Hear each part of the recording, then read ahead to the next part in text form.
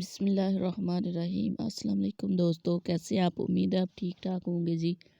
الحمدللہ میں بھی ٹھیک ٹھاک ہوں، اور بہت ہی اچھا موسم ہے، بہت ہی خوبصورت جگہ پہ ہوں۔ بچپن کی یادیں ہیں کچھ، اور جی یہ میری چاچو کا گھر ہے ساتھ۔ اور جب بچوں کی شادیاں ہوئی کزنوں کی، تو گھر تھوڑا تنگ سا لگنے لگا، تو انہوں نے کہیں اور گھر بنا لیا کھیتوں میں، اور اس کو حویلی کر دیا۔ تو جہاں کھڑی ہو کے میں ویڈیو شوٹ کر رہی ہوں، ویڈیو بنا رہی ہوں، وہاں ہماری وہ مطلب سیڑھیاں ہوا کرتی تھی کچی، اور ہم یہاں سے اتر کے تو اپنے چاچو کے گھر چلے جایا کرتے تھے۔ اتنا اچھا لگتا تھا، اتنا پیار ہوتا تھا کزنوں میں سب میں۔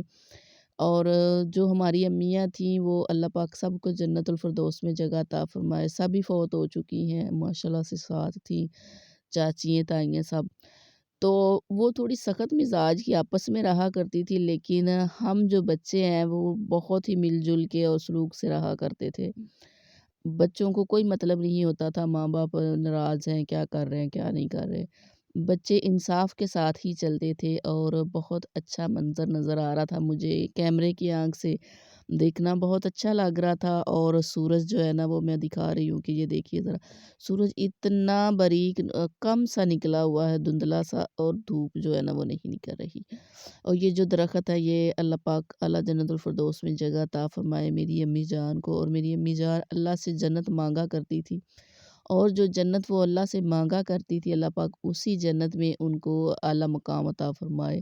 یہ درخت، یہ جامن کے درخت ہیں، یہ انہوں نے اپنے ہاتھوں سے لگائے، اور پھر ان کی چاروں طرف دیواریں کی اینٹوں کی، اور پھر کانٹے لگائے سائیڈوں پہ کہ بچے یا کوئی جانور وغیرہ ان کو نہ کھائے۔ ایک یہ جامن جو نظر آ رہا ہے، اور یہ ماشاءاللہ سے اتنے زیادہ درخت ہوتے ہیں، کسی بھائی کی بہن کی کہیں بھی شادی ہو، تو کوئی منگنی ہو، کوئی حقیقہ ہو، تو یہ اپنے گھر سے ہی مطلب درخت لکڑی جو ہے نا وہ لے لیتے ہیں۔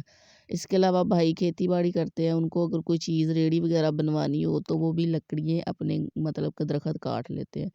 اور جی یہاں چھت پہ چھوٹے بھائی نے کبوتر رکھے ہوئے ہیں، میں چھت پہ تھی تو وہ دانہ ڈالنے آ گیا، اور مجھے بتا رہا تھا کہ رات کو انہوں نے باربیکیو کیا، جس کو آپ ہم یہاں کے اکثر کیا کہتے ہیں، فینسی انداز میں باربیکیو کیوں کہتے ہیں۔ میرے بھائیوں نے ادھر پارٹی کی، اور کبوتر جو ہے نا وہ ذبح کر کے تو فرائی کیے۔ تو بڑے بھائی کا ڈیرا ہے، تو وہاں سارے لڑکے بیٹھے ہوتے ہیں، ملازم بھی جو انہوں نے رکھے ہوئے ہیں، تو نا یہ نا بڑا انجوائے کرتے ہیں پھر اس چیز کو۔ تو مجھے بھائی بتا رہا تھا، تو پھر میں نے پھر نا جب بھائی نے نکالے کبوتر، تو میں نے بھی جلدی سے کیمرہ آن کیا، میں نے کہا چلو اپنے بہن بھائیوں سے شیئر کر دوں۔ کبوتر کا جو گوشت ہوتا ہے وہ کافی گرم ہوتا ہے، کافی زیادہ گرم ہوتا ہے۔ اگر آپ میں سے کوئی بزرگ حضرات ویڈیو دیکھ رہے ہیں تو ان کو پتہ ہوگا، جو لکوے کے مریض ہوتے ہیں یا جن کو فالج کا اٹیک ہوا ہوتا ہے، ان کو کبوتر کھانے کو کہا جاتا ہے۔ جو حکیم لوگ ہوتے ہیں وہ مشورہ دیتے ہیں، اور کہتے ہیں کہ سردیوں میں اگر ایک بار کبوتر کھا لیا جائے نا سٹارٹنگ میں، تو پھر تو بس پسینے ہی چھوٹتے ہیں پوری سردیاں۔ یہ جو جرسیاں وغیرہ ہم 3 4 پہنتے ہیں نا، ان کی ضرورت نہیں پڑتی، اور جتنی سردی پڑ رہی ہے۔